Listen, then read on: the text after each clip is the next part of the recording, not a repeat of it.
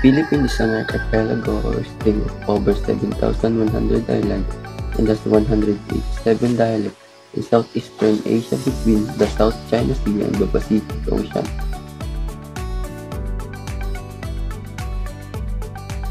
Dialects are important for our understanding of culture, identity, beliefs, tradition, and communication. Why dialects are so important? Dialect Act is a living archive of community history. They preserve word phrases and pronunciation that reflect the unique experiences, tradition, and environment of a particular region or group. This linguistic heritage offers valuable insight into evolution, language, and the cultural diversity of a society.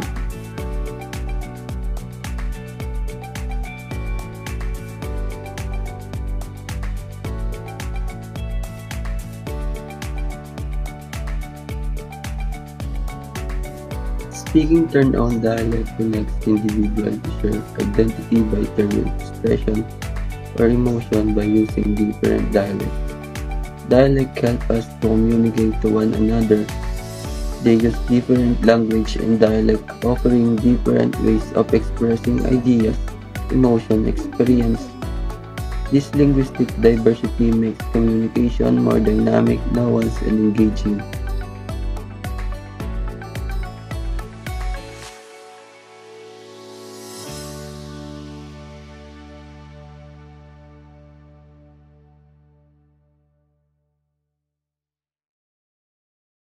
These are the dialects in the Philippines.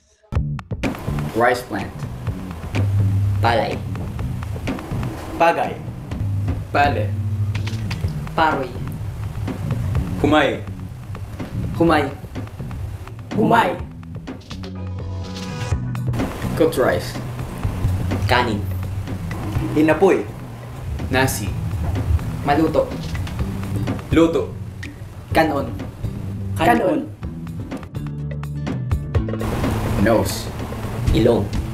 Agong. Arong. Dungo. Irong. Ilong. Ilong. Water. Tubig. Danog. Danog. Tubig. Tubig. Tubig. Tubig. House. Bahay. Balay. Bale.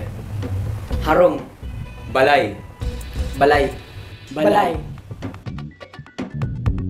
Moon. Buwan. Bulan. Bulan. Bulan. Bulan. Bulan. Bulan. Dog. Aso. Aso. Aso. Ayam. Ayam. Ido. Iro. Sky. Langit. Langit. Banwa. Panganuron. Langit. Langit. Langit. But. Wait. Ubad. Bulti. Lubot. Ubot. Buli. Lubot. Kiss. Halik. Ungo. Uma. Hadok. Harok. Halok. Halok.